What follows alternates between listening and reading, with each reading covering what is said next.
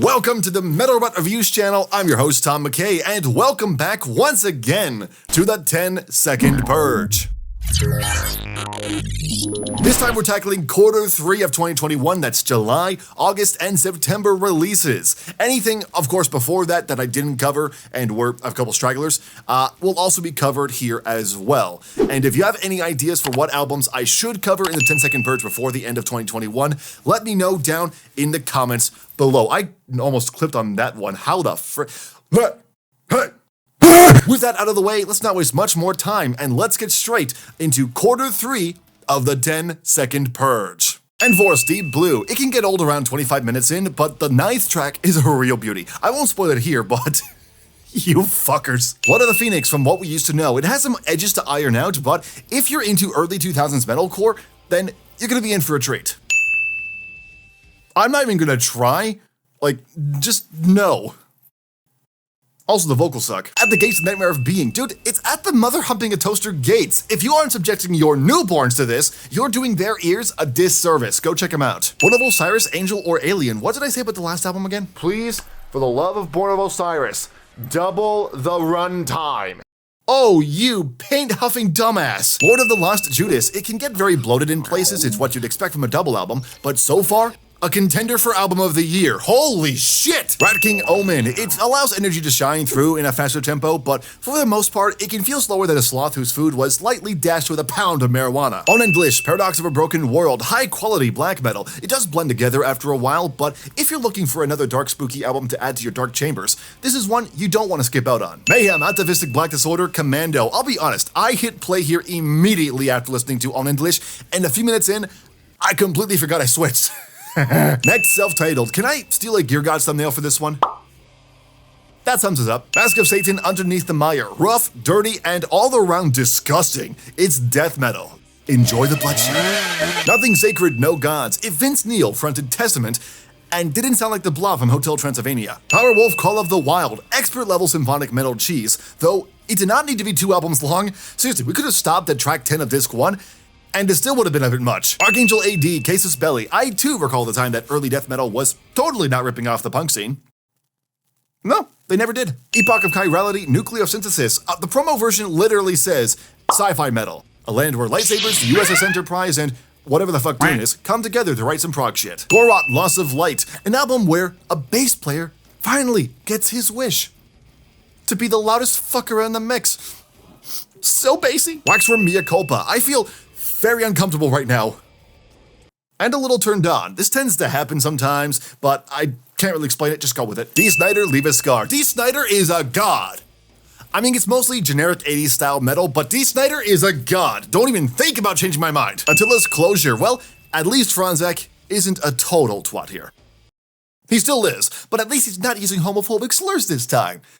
He still sucks though. Fuck you. Burn in Hell, Disavowal of the Creator God. At least this super heavy and intense death metal album does know how dynamics work, as only parts of the album were trying to win the loudness war. Cesspool of Corruptions, Requiems of the Ignominious. I enjoyed it, though I must say my right ear enjoyed this slightly more than the left. Corners of Sanctuary, Casualties of War, Blood and Steel, Volume 2. The 80s would have loved you guys. In Veil's Lunatic. Fun fact, these guys actually reached out on Instagram and asked if I could review their EP.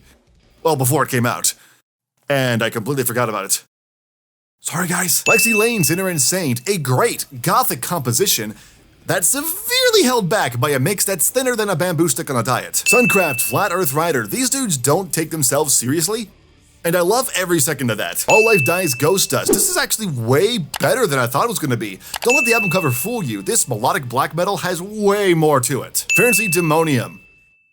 I don't have a joke here, this is just really good. Rebel Priest, Lost in Tokyo. Thrash and Roll, the only genre that combines the dank odor of thrash metal and the party drugs of classic rock. Biomist, The Crypts of the Ego Chasm. Oh good, another album cover where the Gaussian blur is necessary to stave off the YouTube warlords. Active Denial, Negative. Have these guys ever released a bad album?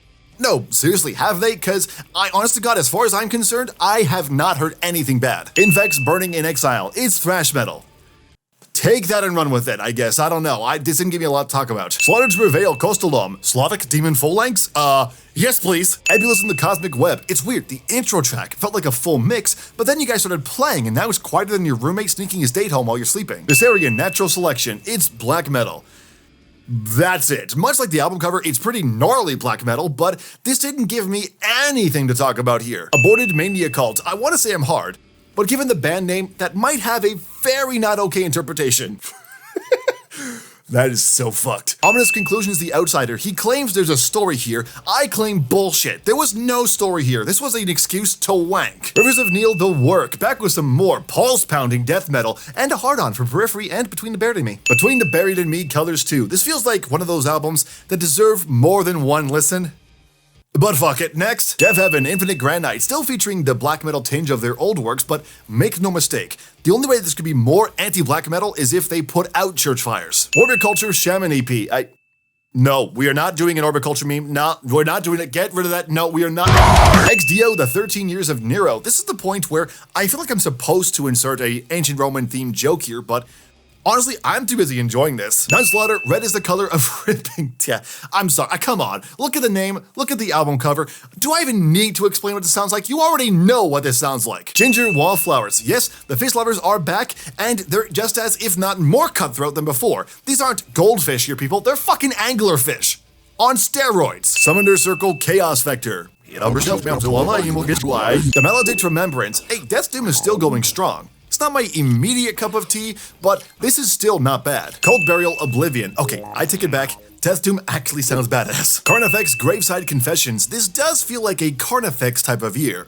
And frankly, I can't complain. Iron Maiden Senjutsu, a British heavy metal band, is writing a Japanese-themed album. I don't know if this is a colonial thing or if they're total weebs. Either way, join the pit and toss me around like a body pillow. Disconnected Souls, Warring Elements. This is the most 80s modern metal band I've ever heard. How is that possible? Silence Equals Death, I'll see you on the other side. Dude, I don't know what happened. I hit play, I blacked out, woke up, and my living room looked like the aftermath of Motley Crue's hotel parties. Temptation, La Berceau de Dieu. Classic metal. Yeah. Classic French metal. Like, yeah. I apologize to everybody. Existentia, Calculating Failure. Heavier than a garbage truck, tighter than a semi going under a low-hanging bridge. Yep. This is the good shit. Alien Weaponry, Tengagoa. Funny thing, I see alien weaponry, and I think this is gonna be a doomy, deathcore, metalcore kind of thing, and let me tell you, it is not. Annette Olsen, Strong. This sounds like if Within Temptation got really into dystopian futures. Wait, that actually happened. Shit. Carcass Torn Arteries. Another Carcass album 1 year apart? It must be Christmas. Insomnium, Argent Moon. These guys are atmospheric gods. Okay, go get it. Seriously. Go get it! Aeon Zen Transversal. Kelvin Holistic Dreams, sludgy and gross, like Resident Evil 8, but with less vampire titties. The Fairy Morbid Delusions, brutal. Is it metal to have your trains clogged with dead, rotting employees? Yeah. Tremonti, Marching in Time. I love how this has the grit and energy of a modern metalcore act, but then the vocals kick in and it's so not. Ingve Malmsteen, Parabellum, or as I call it, How to Soil a Guitarist Pants in 0.03 seconds. Goddamn. Alright, and this concludes quarter 3 of the 10-second purge. If you want an album that I didn't cover this 10-second purge or previous 10-second purges that came out in 2021, let me know down in the comments below, and I'll be sure to include it in quarter 4. Like I said, The Benighted One is now available for streaming and downloading on various streaming platforms. Check it out. Links are down in the description below. Pre-orders for Cult of the Demon Sultan, once again, are available now, and CD pre-orders should be starting up probably in January. With that said, thank you so much for watching this video. If you enjoyed it and you want to see more, hit the like button, and if you're new here, click subscribe, ring that fucking bell, or we'll get more Attila in the future. I'll see you in the mosh pit next time. Have a good night.